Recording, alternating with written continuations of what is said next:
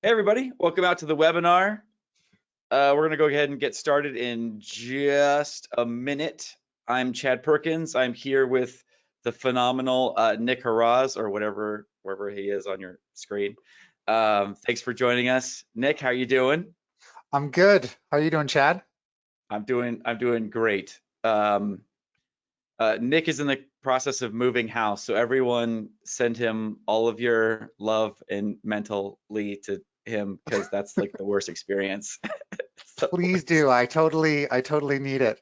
The good news is we packed up the first house. The bad news is we're in like the new house that we just moved into, and you know how you're Mm, playing like a game of Jenga, like where everything fits so nicely in the one house, and then you're just like, what just happened to all of the space that I thought would work? yeah. Yeah, Mm, yeah. yeah, that's Uh, exactly what's happening. I would not trade places with you, my friend, but all the best of that. Yeah, so welcome out everybody, all the attendees. Let's do the housekeeping stuff that we usually do. Also, my webcam is not working through GoToWebinar, so I have this like janky workaround where you're just seeing my monitor output. So forgive that as well.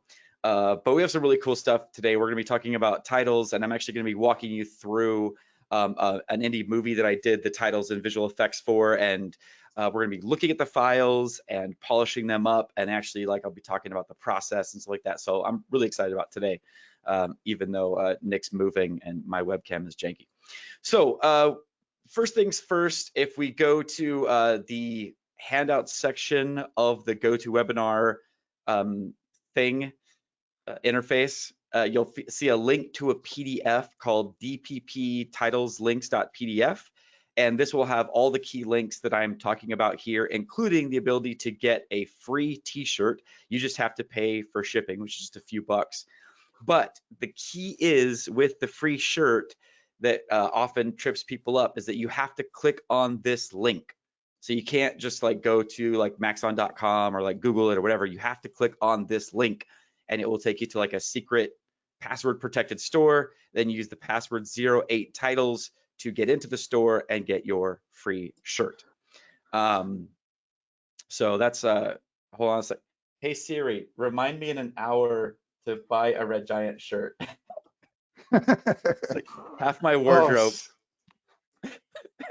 half of my wardrobe is like Maxon shirts that I get for free from doing these seminars. So take advantage of that. It's pretty fun. So another thing too, there's links to the project files, but the project files from today I can't share with you because they're from an actual movie.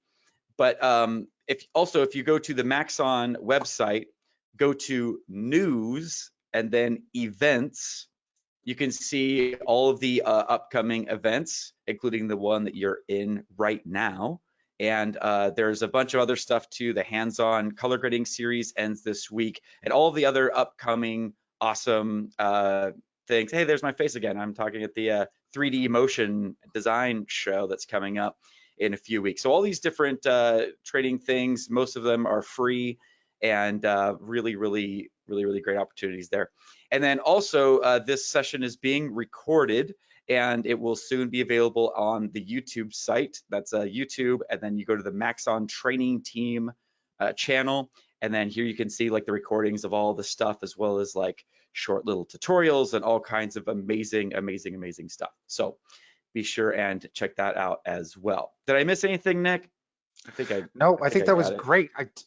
Just to mention, there's something on Universe next month in terms of the Demystifying series, which should be fun too. I don't know if Ooh. it's been announced, but it's called Trash It Up. So like, or my Oh. favorite word, which is dirtification. So using that, Mm. using Universe to dirty titles and all that kind of stuff from Cinema 4D and layers and assets. That sounds awesome. That sounds Yeah. awesome. Okay, awesome. Well, thanks for the sneak peek of that, like the secret insight into the world of that. Yeah. Um, Also, did I ask if everyone can hear? Everyone could probably hear and see and everything, right? Yeah, Probably. it looks like it just one. Stephanie sees you talking, but no audio, and I think that other Hmm. people can hear you. So just Stephanie, we just recommend, although you might not be hearing me, that you just start and stop again because you don't have audio.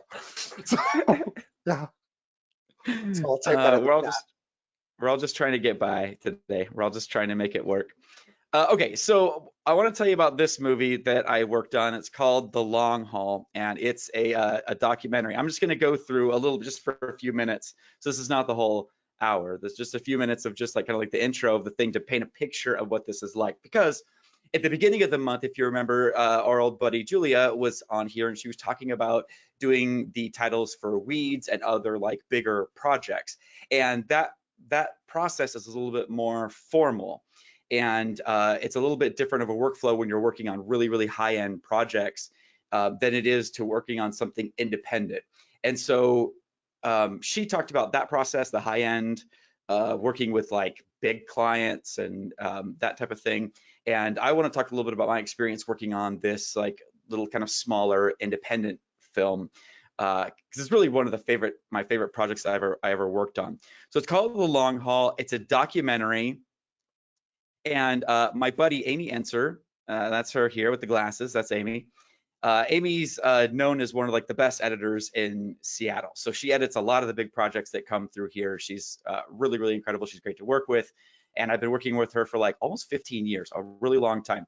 And so she invited me out to Vietnamese food one time, which I'm a sucker for. And then she was like, I want you to do titles and visual effects for my new movie I'm going to direct. And I was like, yes, I'm in. Let's do this. 100%. What's it about? And she was like, it's a documentary about this group of male strippers.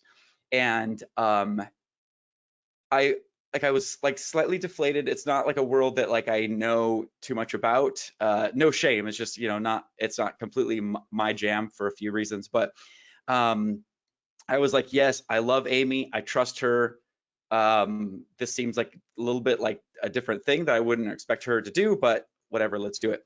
It ended up being like a really touching movie. It's like this beautiful documentary, and it's about like self-worth and all these beautiful things. It's just a really, really touching movie, even though the topic is very like sensational and scandalous or whatever. So I'm going to head over to After Effects to show you some of the things that we did for the movie. So I did this initial kind of like teaser opening credits. So the movie starts and then it kind of just jumps into these credits here. Oh, also I put pants on these guys. They're squeamish. It's a little shape layer shorts.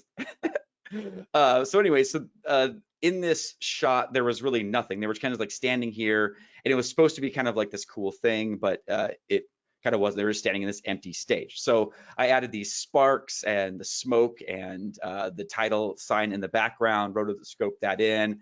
And then this dude comes in, he's like, whoa, let's not do the title just yet. And then he backs it up and gives like a little bit more of a history before they go there. So I had to do some like rotoscoping and whatnot of the sparks around this dude. And if you go like frame by frame, you can see like a couple, like there's like a little secret sparks going over his finger. I blew that roto because sparks were hard to roto for me, and I hate rotoscoping. So forgive me, Amy. So we did that, and then the next thing that happens is that we have these kind of like character intros of the guys. So we back up, and then we see, we learn like a little bit about the guys and kind of get introduced to them. So we see them out working on a farm, all like tough and studly and stuff. And then there's these kind of like intro titles for each of the guys. We kind of like set the tone for like who they are and whatnot before at the beginning of the movie. Now, one of the things that was kind of fun with this is that these credits got to animate, so based on their name. So like slam is like shoo, it's like slams. It kind of comes in. You probably can't see the easing and whatnot over the webinar, but it kind of like slams in, and then like the outlines that are different colors kind of like gradually drift. And so I tried to like keep that motif going. And our thoughts was, I thought was with these opening credits, we wanted to have like kind of this tabloid feel over their skin and make them kind of feel like distant and kind of like, put them on a pedestal, and you don't really know them yet. So I don't know, kind of trying to make it like sensational a little bit for the very beginning. And then we get to like the real title, which is this thing. which is kind of just like this composite of them with shadows. But then what happened was we worked on, and with indie films, it's a very non-linear process. Like it's, you don't just, do it because the money's already there and then you just like go. Like sometimes it's like, you finish the main part of the film and then the budget is up. And then the producer has to find more funding, and then we go back and work on it. And it's like this type of thing. So we did the whole movie, and then we were trying to figure out what to do with the end credits. And Amy got more money for the end credits to finish up, but she was kind of curious about what to do. So again, she took me out to eat. We went to lunch, and we were hanging out. And like this is kind of the difference of working on bigger projects versus indie stuff. So a big projects, obviously, it's pretty cool because you could tell like your mom, like, hey, go to the movies and see this thing, or you could tell like your kids, hey, watch this thing on Netflix or whatever it is. But with indie projects, you don't have that kind of prestige. But I did get to like sit with the director producer and have this conversation over a barbecue about, what do we want to do for this end credit sequence? And so we have this idea where we would go and do another shoot. We would rent out the Triple Door in Seattle, which is like a popular club in Seattle. We'd rent it out and film another dance sequence with the guys as kind of like the final thing. And we would put the credits in the negative space and maybe do some like tracking and stuff like that. And I'm going to show you those in just a second. Kind of like this type of thing. So he's like moving his hat. This is like the first credit. So he moves his hat. And then there's like directed and produced by Amy Enser, like on the brim of his hat. Also, I don't know if you're hearing the music. There's like cowboyish music that's going on there. But so anyway, and you can see here, I did some, I think this is Element 3D that I used at the time, because this is a little bit older, and also like some particular particles kind of moving around there as the credits get revealed. And then I had this idea, and I pitched this to Amy at lunch, and I was like, what if there's negative space and the guys are kind of like doing their like, grinding thing. And then as they're grinding, the credits like get like bumped and like they're getting displaced by the grinding. And I was like half joking, but she was like, yes, I love it. Let's do that. And so that's like what ended up in the movie. I couldn't believe it. I mean, I was like half joking. I thought it was a ridiculous idea, but she went with it. And like, again, that's kind of like the fun of indie stuff, is because like, I know Amy, we can joke and play and laugh, and she thought it was a great idea, and we went for it. And like, again, that's not something you typically do with like a bigger client. You kind of just like do what they tell you to do. So this is like what that's like. So like the credits come on in the negative space. And then with the music, they're grinding, and then the credits get like kind of, bent out of shape. And that's like not something that you would be able to do in a regular old movie. So that was a blast. But here's what I wanted to get to and talk about for today. Let me get this up really quick here. But after that, these guys do their dance thing or whatever. And then as the grand finale, they kind of like, we wanted to have kind of like a triumphant end credit sequence with them, where like we're kind of doing the credits kind of like from the beginning, where we do like a freeze frame type thing, but this is less like sensational and abstracting them and more like kind of celebrating them after we've gone through the movie and we've seen like their heartbreaks and we've seen their humanity and their flaws. And this is kind of like a celebratory thing of seeing them. So anyway, so like they go and they dance, and then so then like we have this kind of deal here where there's a freeze frame, and graphics come up behind them, and the moment kind of freezes in time. So for each of the guys, they have their own little credit like that. Chad, I was Yes, sir. curious in just seeing that, because I've seen some of your work in other places, and I was curious, did you use for the actual background of the title, is that just simple fractal noise? Yes, I'm actually going to get into what that is. Actually, I'll just do it right now. Thank you for asking. Um, so yeah, let's talk about a little bit about like what's all going on here. So the process, what I did to make this happen is, the footage gets to this point where we want it to freeze, and so then I captured like a freeze frame, like a still frame. Then I went into Photoshop because it's easier. I'm only doing just one frame here, and I'm only freezing one frame, so it's easier to cut that out in Photoshop than it is to try to key it perfectly in After Effects. And one of the things that I'm really proud of that we'll talk about a little bit more is that I went into the alpha channel in Photoshop and like I painted out semi-transparency through the shirts as they're opening up the shirt, so you can actually see the fractal noise through the shirt. And I probably made that a little bit too transparent because it looked cool. And so I really like that effect. So this is probably not as transparent as a shirt would be, but I really like that, you can see some of the light peeking through the shirt. And I'm going to get back to the rest of the stuff I did in a second, but notice this edge here. So this is, again, this is done about like 4 or 5 years ago. This is before Supercomp existed. And so these edges are not great. And I knew that at the time, but we had to hurry and I didn't know the tools to use. And I just had a frustrating time, so I couldn't get the edges the way that I wanted them.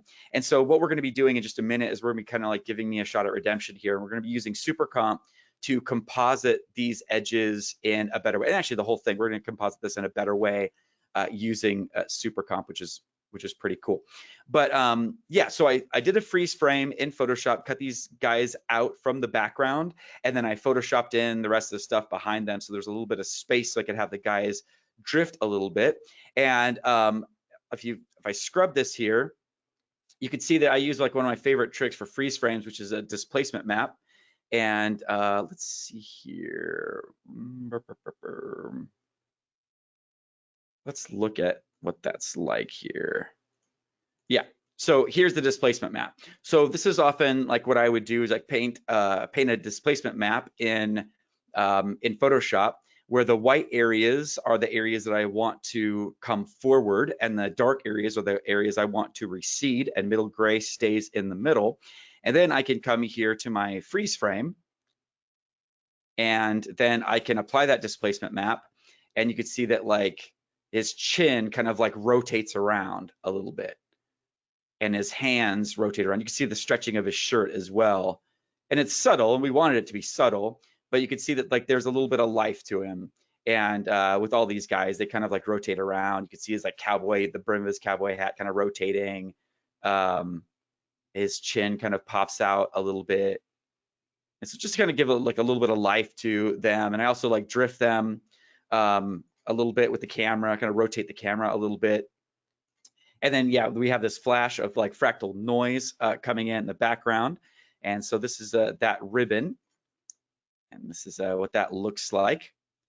And this is a simple fractal noise trick, like Nick mentioned. And essentially, let me solo one of these.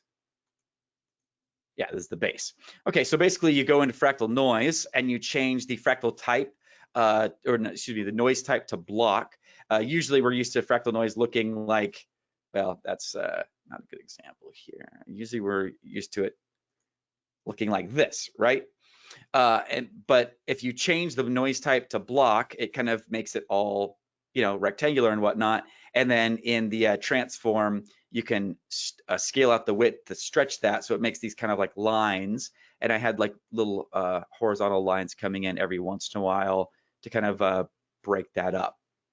So then you kind of get this this type of effect. And then I had like a couple other little highlights. So I had one little spot here, another little like purple bar there. And so I just kind of like overlaid them a bit to create this kind of like combination. So this felt like there's a little bit more like depth of color, little pockets of color to add a little bit more like visual complexity and interest to the whole thing.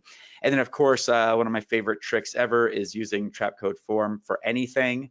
And so I use those little like sparkle star things and just like regular circles with a trap code form. And then I use the fractal field to affect the opacity and to displace them a little bit.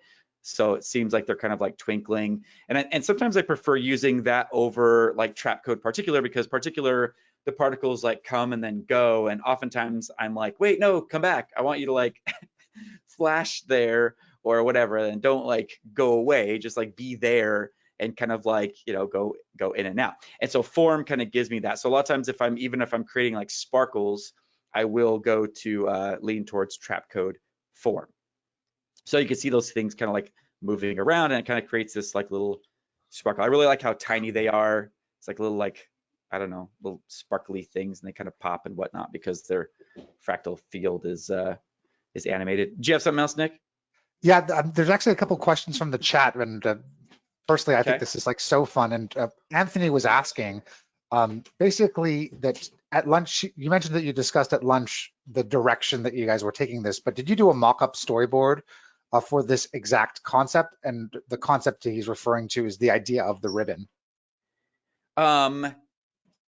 We didn't. We did do a storyboards. So like, I wasn't sure when you talk about like above the line credits, which is kind of like producer, director of photography, like those kind of like big name credits, where like each person would get their own title. Like that's kind of like a political issue. I mean, it's pretty like spelled out like who gets what, but sometimes in indie films they will like, you know, change the order of things or whatever. There's like deals that people work out behind the scenes, and so like that can be like a picky thing. And so like Amy like is my favorite collaborator. She is so brilliant and so like creative and artistic. And so once we had this idea and we just kind of like ballpark roughed it out, she actually made storyboards of like how she wanted each credit to be revealed. I think we might have had like a little bit of back and forth where she might have been stuck on one, and I was like, hey, why don't we do this thing? But ultimately, I believe that she made the storyboards of whose name should come up when and how it should be revealed and all that kind of Cool. stuff. The excuse me, the fractal deal and that whole like what that looked like as far as like a style frame, we didn't mock up, but I mocked up in After Effects, which was actually pretty easy because you know, essentially it's a freeze frame, and so you know it didn't have to like animate necessarily, so it was really easy to make kind of like style frames like really quick and pitch them to her and have her approve them. So those Cool. weren't necessarily part of the storyboard, but yeah. Good question, Cool. though. That's a really good question. And I think if I was a better like traditional artist, I might have like mocked something up with a pen instead. But anyways, yeah. Sorry, go ahead. And no, there was just another question from Isaac, and he was wanting to know about your displacement map. What did you use to affect the target layer in 3D space from within AE? Like Oh, the gotcha. method to apply the displacement map. Yeah, that probably would have been helpful to learn about. Sorry about that. So it's just the displacement map effect. It's you put the displacement map on, you choose the layer, and typically what I do is I just use the luminance for the horizontal and vertical displacement. I rarely use the vertical displacement because, you know, when things are moving around in like this, like they're not really moving like up and down. They're kind of like rotating around more. So I typically will just use horizontal displacement. And maybe I might do like 20 or 30, like negative 20 to positive 30 or something like that, like whatever in horizontal displacement. But if I do vertical displacement, it's like -3 to +3 or whatever. So yeah, it's just the displacement map effect that's built into After Effects.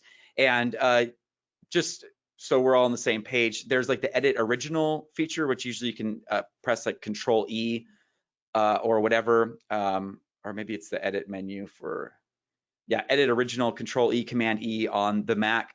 This comes in handy all the time because, you know, when you're painting in Photoshop, you're kind of like guessing of what it looks like, but then when you actually try to displace it, and you might get some like weird stretching, so you have to like do the edit original, go back to Photoshop, repaint it, save it, come back to After Effects, and it's kind of like this back and forth thing until you get the map just right. Excuse me. Another thing too, when you bring in, you know how like when you bring in like compositions or whatever into into After Effects, and there's the option to bring things in at the layer size, or bring things in at the, no, wait, yeah, bring things in at the size of the layer, or bring things in at the size of the comp. And it's like everybody always picks the layer size, because then you get the anchor point right in the middle rather than the middle of like the whole thing. And it also saves computational space, because you're only bringing in the size of the layer, and that's where the alpha channel is. Like, why would you ever bring things in at the size of the composition? But this is one of those times where you actually bring things in at the size of the composition, because if your layer map that's a displacement map has like a few pixels off, then it won't line up with the layer exactly. So that's one of the rare times when you actually want to import the composition at the size of the document, not the size of the layer, so that everything has the same full size, so that the displacement maps line up. And that's not something that you can change once you've imported it. If you've imported it correctly, like at the layer size, you can't fix it then. So thank you, Isaac, for that question. And my apologies for not being more clear about that. So thanks. Really good questions, everybody. That's fantastic. Yeah, and obviously I'm scatterbrained. So if I miss more things, or if there's other things that I'm just glossing over and shouldn't, then yes, please question it up in the chat pod and stop me so I can clarify this stuff. Okay, so we have yeah, so the displacement map, we have the semi-transparent alpha on these different parts of the dudes. We have the fractal noise. We have the text coming in. We have the form sparkles, and then some extra sparkles on the top of that as well. As you can see here, like this kind of like drifting fairy dust. And it's kind of, I had to be kind of creative about that. It kind of fades in pretty quick because it is a freeze frame. So we want to make it feel like the frame is freezing. Another thing that I did, as you can see here, is that we shot with like these stars at the triple door in the background, which I was a huge fan of, because I love like stars and like that kind of stuff. But as a cinematographer, that kind of stuff like gets me going, because then I can blur it and create some really gorgeous bokeh effects. So because I had these layers all separated out, I used the standard camera lens blur effect in where are we at here? Camera lens blur. Yeah, there we go. The standard camera lens blur effect in After Effects, animating the blur radius, increasing the gain a little bit, maybe decreasing the threshold, so that we get some like nice bokeh, like the blossoms bloom. Typically, when you do a Gaussian blur on little particles like that, they shrink and they look digital, and that looks garbage. But in real life, when things go out of focus, when they are lights, they bloom, they blossom, they get bigger, and that creates this like kind of gorgeous, sparkly, larger than life effect. And that's what we wanted. We want to just like celebrate these dudes, displace their dancing selves, and have these kind of like fun little things. Also, they're kind of like on the same page now more, like they're more like unified. I like the way the displacement map turned out on this dude. It's pretty realistic there.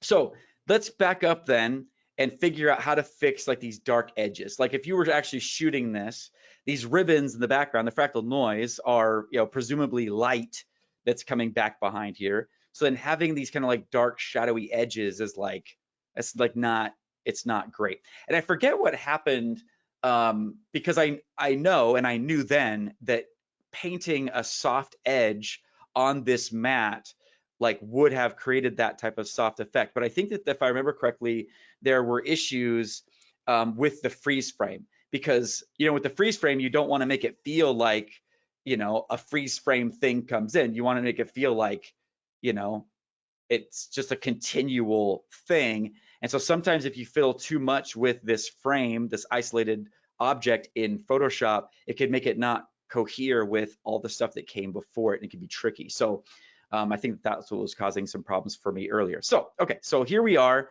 and this is like a broken down comp. I don't have that same font on my computer anymore, so then the text looks like a little bit janky. But what I'm going to do here is I'm going to select the freeze frame ribbons, and we're going to get like all these different things, the accent flares, and the Johnny background. This is Johnny right here. Johnny, say hi to everybody. And I'm going to select the layers that I want to bring in to my Supercomp thing. I think that's all that I need. And, oh wait, that one, that's important. Okay, so then I select all the layers that I need, and I'm gonna go to Effect, RG VFX Supercomp. And to those of you that have not used this before, it is a different animal, so I'm going to explain it. My apologies for those of you that are using Supercomp and know about it and yada yada, but I'm just gonna go through it really quick. Basically what Supercomp does is Supercomp is a compositing environment. It is a more intelligent compositing environment. It basically allows you to have layers talk to each other in a way that the layer-based structure of After Effects won't typically allow you to do. So like that's the problem. Like that's why most of the compositors at the highest levels are using Nuke and not After Effects, because Nuke does allow layers to talk to each other because they're not layers, they're actually like objects. But After Effects with this layer business, it's really hard to kind of get the connection that you need. And so Supercomp is its own little environment because it can bypass that limitation. So here we are in Supercomp, and I'll go down like to my freeze frame ribbon, for example, and I'll click this little plus icon. So these are the layers that I added to my Supercomp thingy here. And there are two different freeze frame ribbons. I'm just going to go to the top one, and I can click this little plus icon to add any one of a series of effects. Now, it's really important, again, when you're thinking about Supercomp, that you're not kind of like, oh, I could get those effects somewhere else, or those effects aren't that impressive, or whatever, because that's actually that's what I thought when I first saw it, and I didn't understand what Supercomp was doing. But the magic is that you have these procedures, these effects in the Supercomp environment where layers can talk to each other. Layers can, on the bottom of the stack, can talk to the layers above the stack and vice versa. And so they become much more powerful. So for example, there are glows here. There are two glows, optical glow and layer glow. And these allow you to add glow on a layer. So what? So whatever, big deal, right? But in Supercomp, this becomes a different thing because they can allow layers to talk to each other. Now, when I first opened this up, I was very confused by why is there an optical glow and layer glow? The settings are almost identical. They look almost the same. So what's the deal? Why are there different things? Well, optical glow is like the same glow that you would get from a camera. And that means that if you have a layer that's behind other layers, the glow can glow in front of front layers. So it's glow that acts as glow does in optics, in lenses. But if you wanted a glow to stay on its own layer, to stay in its lane and to not speak to other layers, then we have a layer glow that isolates a glow just to the layer. So in this case, I actually want optical glow because I want this to glow around the edges of his shirt. So I can click on optical glow, and that applies optical glow here. And usually it's pretty hardcore. In the Supercomp window, we get a preview of what this layer looks like by itself. But if we kind of move this around, we can see what this looks like inside of After Effects here. And I love, again, how like it's kind of like going through the shirt a little bit. It's pretty cool. But also, you see the magic of Supercomp. You see how the glow is going around the edges of the shirt. You can't do that in After Effects. Like that's not, well, you can, but I mean, it's gonna be a lot more work than that because you're gonna have to fake it and all this kind of stuff to try to get it to work. But this way, it works just like optical glow does. If there is a really bright thing on these edges, then these edges are going to have leaking light because of all this stuff. I could turn this off here, and you can see how dark the edges are right here, especially like right here, very dark edges. But that optical glow is so bright that it leaks over those edges in a very organic and realistic way, which is amazing. Now, I'm going to turn this down because that is too much glow for one man to handle. I'll take this down to like 8, and might want to select the layer itself. So I could select the effect to fiddle with the settings of the effect. I could click on the layer in Supercomp to fiddle with the settings of the layer. I could take down the opacity of this one if I wanted to. Excuse me there. Okay, maybe 50%. There we go. so I like the way that this looks because I do like some of the color subtleties in this top ribbon. So I do want to keep some of that, but then we lose some of the glowing on the edges, which I really loved. No worries. We can go to Bronco. That's this dude's nickname, Bronco. And so I'm going to click the plus icon, and we'll fiddle with Bronco a little bit. I might do like an edge erode, for example, and erode just a little bit of those edges. I might click the plus icon and go to Lightwrap, which is really what I want here. I want to wrap some light around these edges. And so by default, I should point out too that Supercomp, I think all Red Giant tools do this, which I love, but they try to like educate you as you're using them, which is really cool. They're kind of set up to be like, this is kind of what you probably should be doing. And of course, if you like really know what you're doing, then you could like override that stuff or whatever, and it's fine. But like a lot of times, like when people first started coming out with like Lightwrap tutorials like 10, 15 years ago, you know, they really overdid it. Like really, really, really, really overdid it in a way that's just kind of like, you know, have you ever seen footage before? Because this is like ridiculous. Like you don't need like a foot of, or like a half meter or whatever of light wrapping around a subject. It's kind of ridiculous. And so a lot of the settings in Supercomp are very subtle, almost imperceptible by default, almost to suggest like, hey, this might be a better setting rather than like, you know, tons and tons and tons of light wrap. So in this case, we actually do want a ton of light wrap because, you know, this is light literally wrapping around a thing. So we might want to increase the size a bunch, increase the amount a bunch. And so you can start to kind of see that a little bit. And I could also change the mode here. It's in normal mode, but I could also add this light wrap, and then we get more of that here. So we see that light wrapping. So here's like before the light wrap and then after. Isn't that awesome? So like, you know, I'm not seeing like the standard like light wrap thing. I am just on this like the very edge of this. There's a little bit of a crest of light wrap that's a little intense, but it's kind of because the size is up so big, it's kind of wrapping a lot of light around this, which feels like it could be, you know, a realistic effect. Like this whole thing feels pretty dark for how light this is behind it. And there we go. So we could wrap that around. So here is the final result, the redemption, and then here's the original. Now, and sometimes like in this case, like the text, I didn't add that to my composite with Supercomp. And that's because this text is white and I want it different. So I can just drag this on top of my Supercomp layer if I want to. And there I get it back. I might also want to add that to my Supercomp and just kind of like be more careful and play with it a little bit, but just for right now, I don't really care about the text, but that's one thing you could do with it. But I really love being able to go in the before and after. And again, I probably go back to this and turn this down. I do like having some of that purple in the purple and pink, but I love how I can go in with Supercomp and play with these edges in a more realistic way. I can soften them a little bit. I can erode them. I can add light to them to create a more realistic final result. So anyways, that's my little spiel about The Long Haul. It was an amazing movie to work on.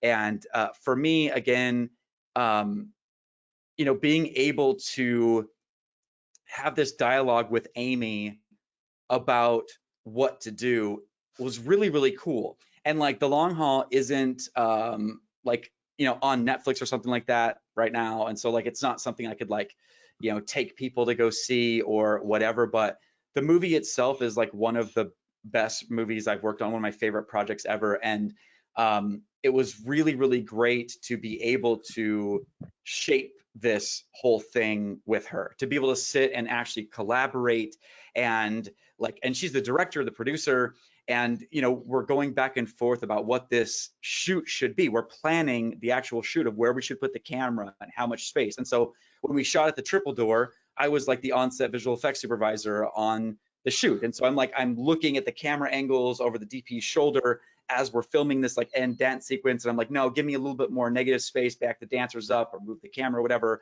And it was a really great experience to collaborate at that level. So it's a trade-off of like the type of projects you want to work on, but it was a blast. Anyways, Chad, I had a question for you. And do it. when did this project come out exactly? What?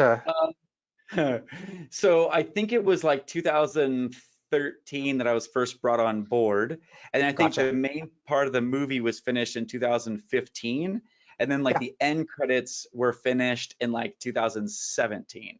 So I think it started premiering around 2017 a little bit, and then Gotcha. like the guys, I mean, it's the crazy story. These guys, just like really quick, this guy, this guy is like an actual medical doctor in Seattle, and he ran for like Seattle City Council. And then one of the guys like got in a horrific car accident, and then another one of the guys had like open heart surgery. I mean, all these like problems happened with these guys, and so it kind of delayed the movie a little bit, because it was like this hybrid thing where they showed the documentary and then the guys would come out and dance, and then you'd watch more of the documentary and then the guys would come out and dance. So it's kind of like a presentation as much as it was a movie. So it's not really available anywhere, and that's, yeah. Anyway, sorry, go ahead. No problem. And so, because I was so curious about this, I edited a film myself back in like 2010, and I find myself always looking at like software today, compared to when you started on this, which is 2017. There's been a Mm-hmm. ton of changes in After Effects, and we saw what things like Supercomp could already do to make the project easier to do things that were a little bit more difficult, such as the edges. And I was curious, like beyond Supercomp, like when you look at this project now, like Mm-hmm. and the capabilities of what's inside After Effects, what would you change anything? Would you do more, or promise more now with what's available? And like, what other tools would you use now that this is at your disposal? Hmm. Just in general.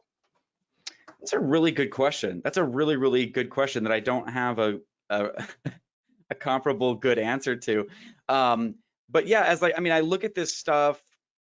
I think, well, first of all, I would do a lot of it in CG. So a lot of it was kind of like faked stuff. I think I might have done this in Element 3D, or I took it into Cinema and then rendered out the text and then cut it up so that I could have more control about the way that things bent exactly. Because like they break, and then like there's like little like particular like things, because it's like it's straining under, bumping into each other and stuff like that. But I would still probably go into Cinema and do this all in Cinema, and I would also use dynamics to have this stuff bump. That would have been so much easier than kind of like hand animating it and whatnot. But a lot of times for me, it's kind of challenging, because like when you're doing a project like this, there are a billion creative concerns and challenges, right? There's like a million different little things, and they sometimes can build like a house of cards where they're kind of reliant on the other components. And so sometimes like one tool might be the best tool for the job, but then it creates other, side effects that mess with other things. So it's hard to, other than the Cinema 4D dynamics thing and the Supercomp thing, it's hard to say what I would do totally differently, because I'd have to kind of like be immersed in it and see all the little problems and then fix them. I might even go like into Projection Man in Cinema 4D and project the textures onto like a 3D thing, Yeah. like making a rough 3D of the guys, so I could have like more displacement that's more believable and have them move more. So yeah, it'd be tough to say. Yeah, it's not a very good answer to your question.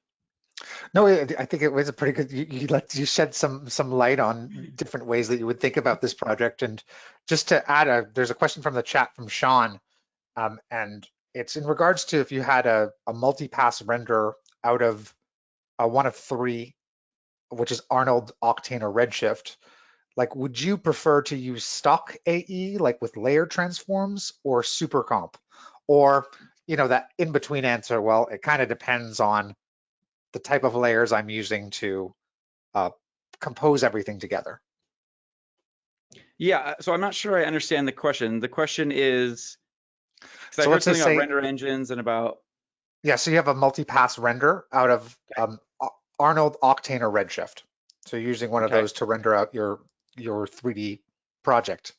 okay. Would you prefer to use stock AE? I think it means like, would you use like just the layer transforms in AE, like no third-party plugins to do your compositing? Or would you use Supercomp for your compositing and then, or it depends kind of thing? Actually, I would just probably lean towards Supercomp. I mean, if there was an instance where like it didn't work, then I would not use Supercomp. But I think I like regardless of where you get your material from, like which render engine or whatever, like it's going to be like pixels. It's 2D by the time it gets back into After Effects. And so, um, but when you're using Supercomp, you're just putting those 2D layers together.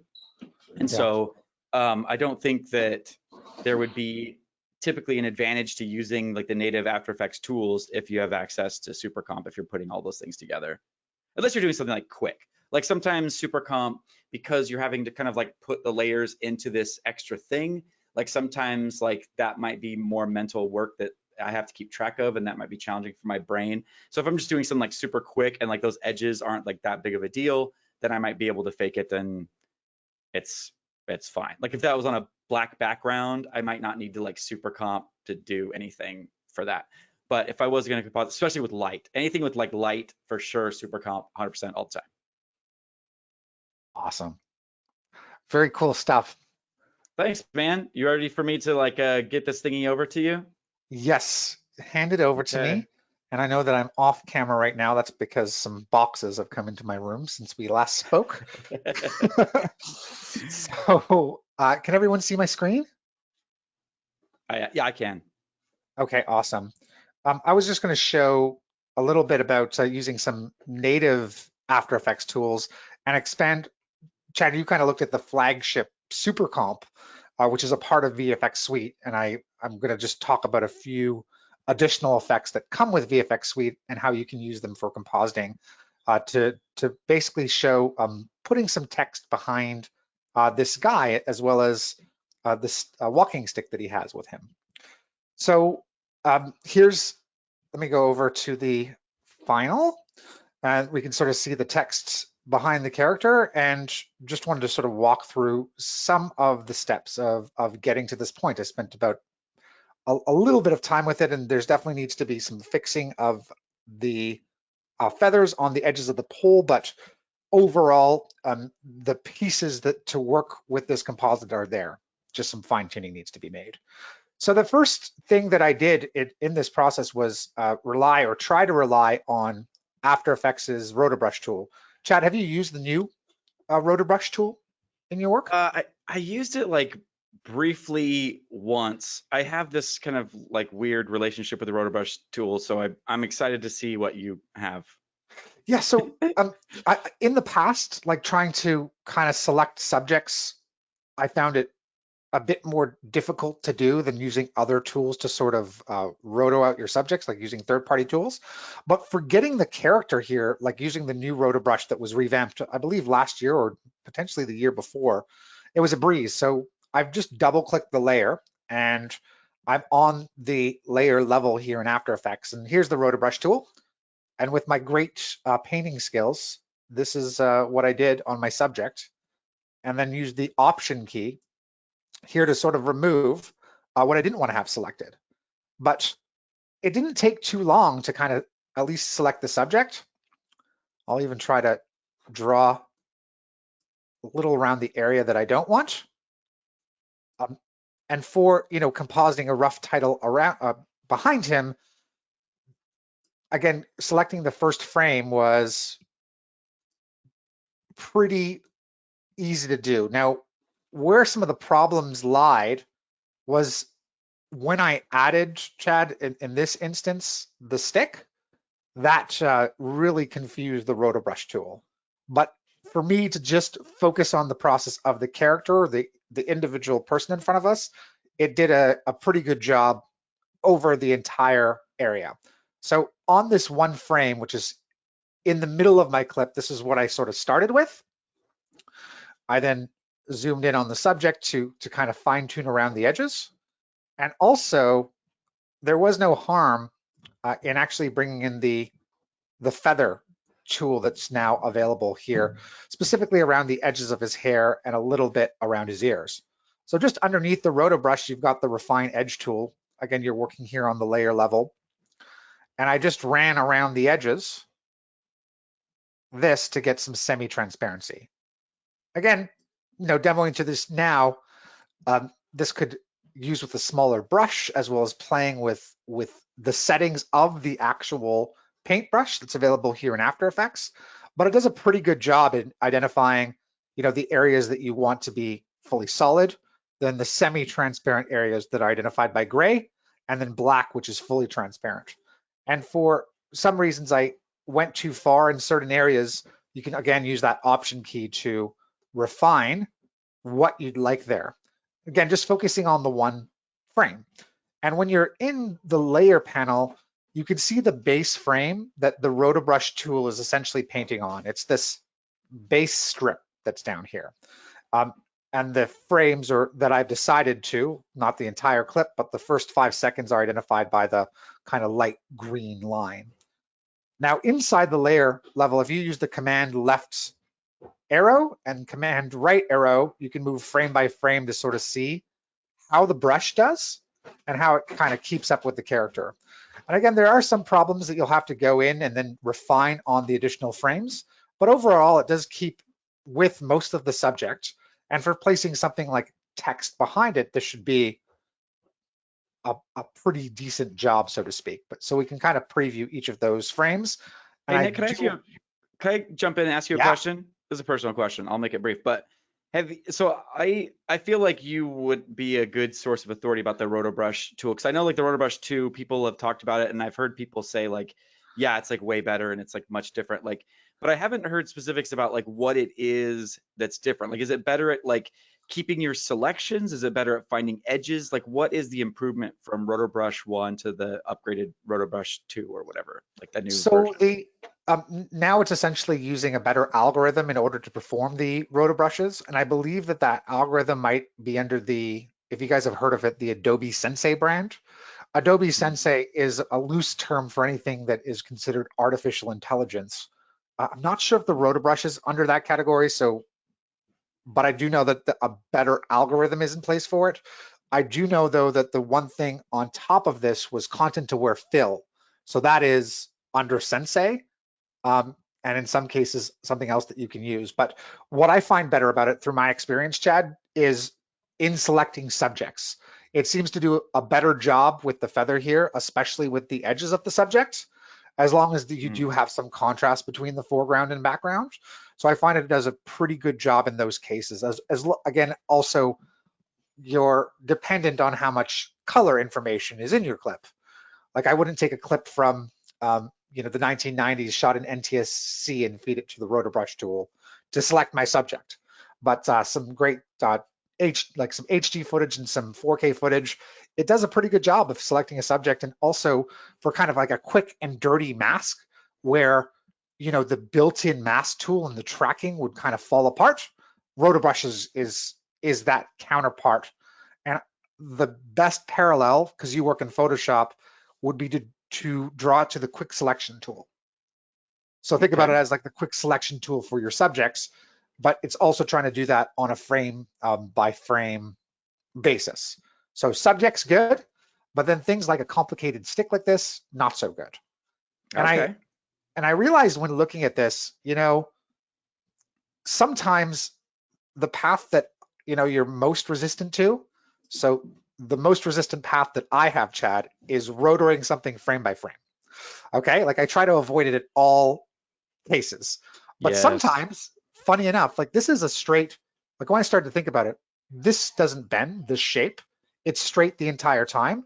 All it does, right, is essentially he moves it out of frame eventually. But if you can grab on to the overall shape where you have the majority of it in the frame and then work in like 10 or 15 frame increments, it wasn't too bad to select it. So here in this case, that the path that I am the most resistant to ended up being the solution that I used. So I just did a regular roto on the brush and then basically keyframed it every 10 frames and did a little bit of fixing. And believe it or not, the rough copy that I came up with only took me about 10 minutes.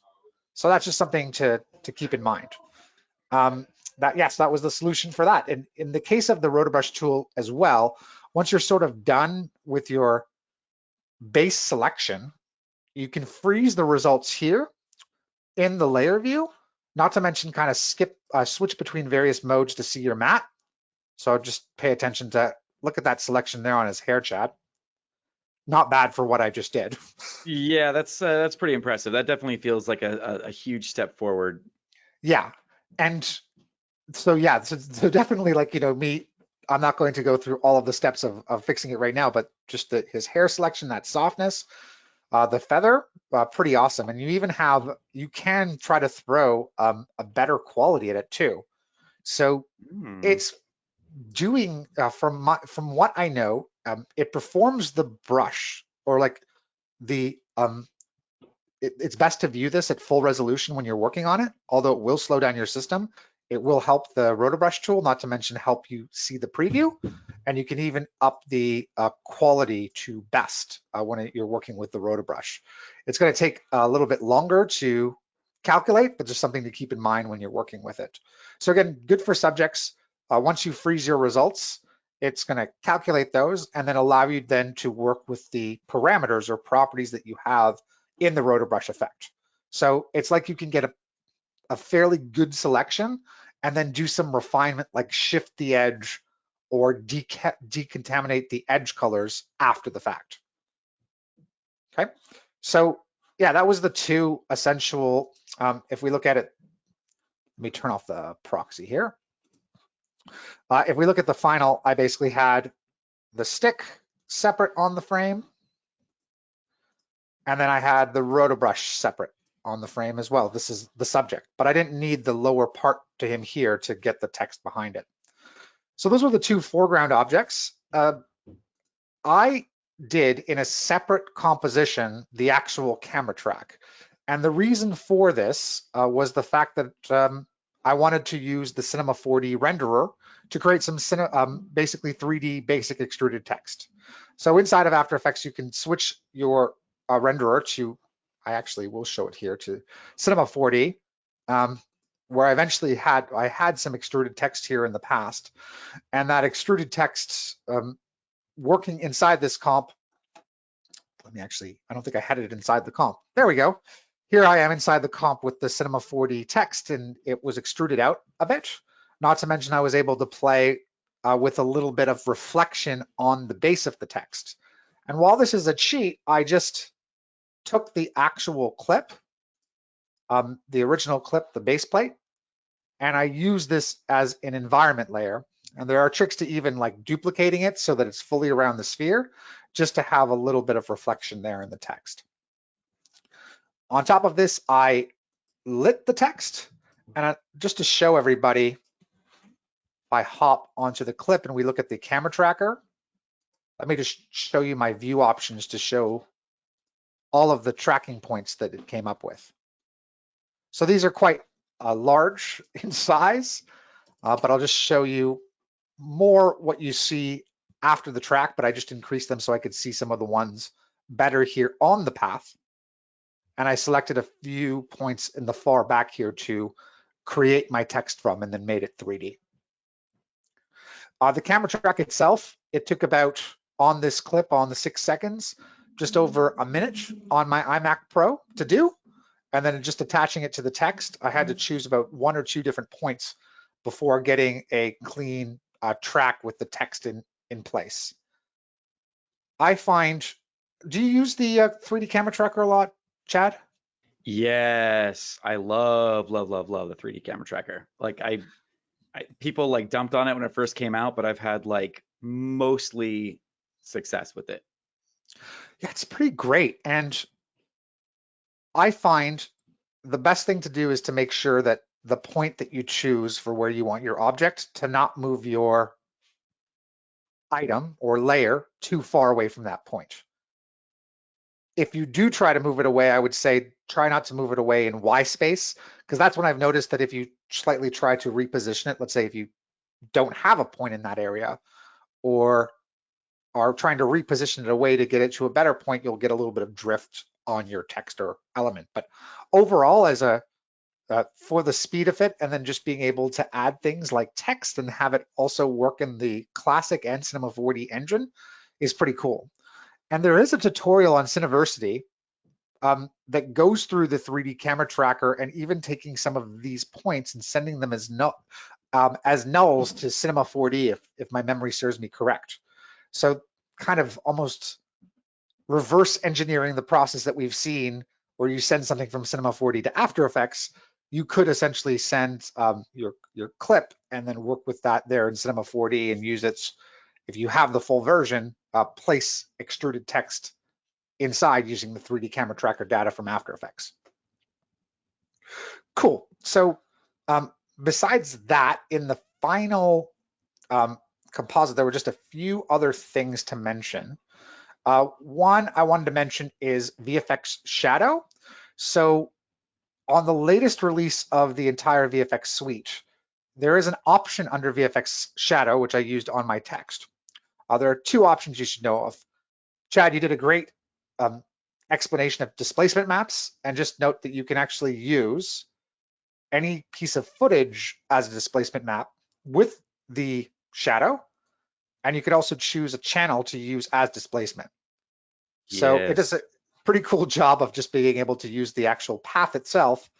And I'm just going to increase the horizontal displacement there.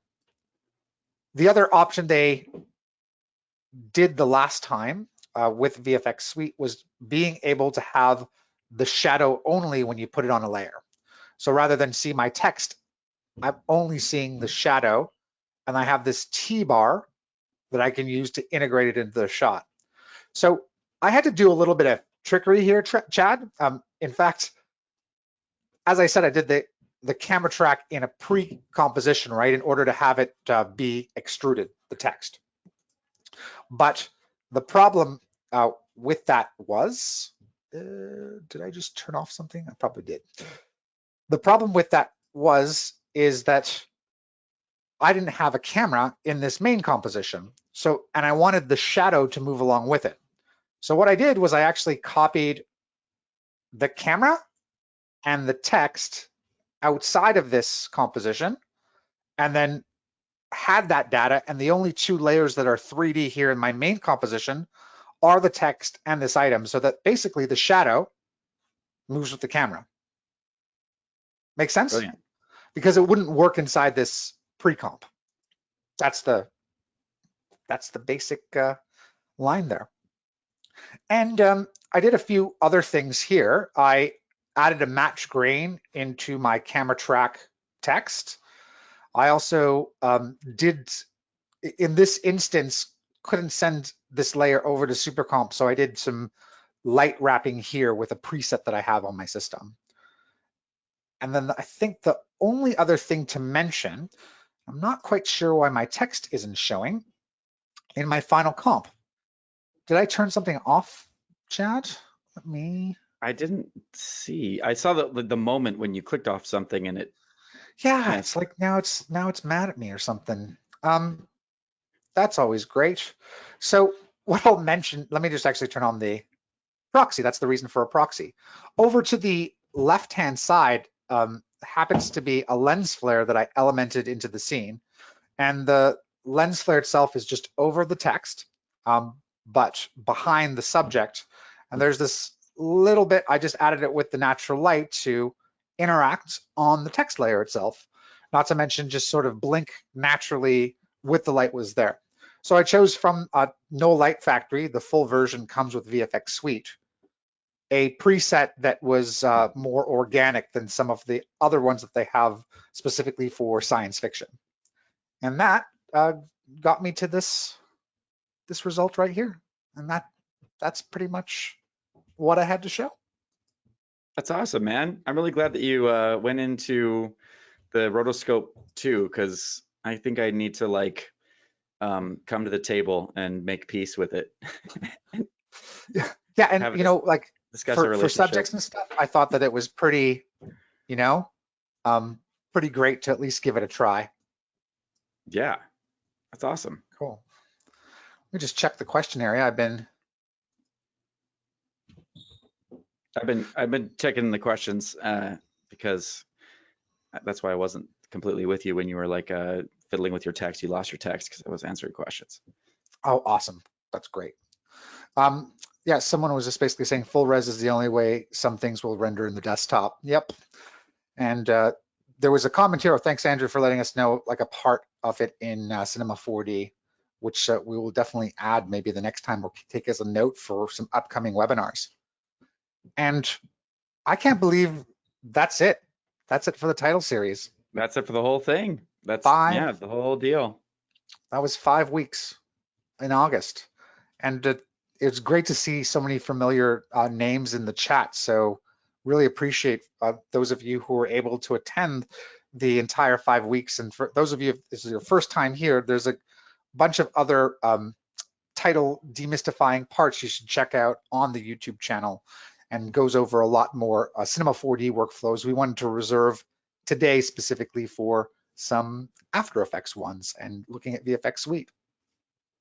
Yeah, I mean, I think most of the month has been Cinema 4D with Julia and Ellie and Thanasis and stuff like that. So there's a lot of, the previous 4 weeks have been very Cinema 4D heavy. So definitely check those out. Great stuff from them. Yes, and just a little housekeeping before the end here. I'll come up here just to my little PDF chat. And don't forget about your free t-shirts. I think you only have a day anyways until it expires for this month, and there'll probably be a new code. And all of our training is going to be on YouTube very shortly. And don't forget to check out the events page. Did you say you're speaking at the Motion Show, Chad? Yeah, I am. Awesome, man. September 14th, I think, something like that. What are those days? Awesome. Cool, man. So this is great. And thanks so much, Drake. And thanks everyone for the comments. That's great. Awesome. And yeah, we'll see you guys next month. Keep in store because there is some great stuff that's going to be shown within Universe and Cinema 4D workflows. I don't want to save the surprise, but hope to see everyone next month and sometime sooner at the Motion Show. Awesome. Thanks, everybody. Thanks for joining us. Take care. Bye, everybody. See you, Nick.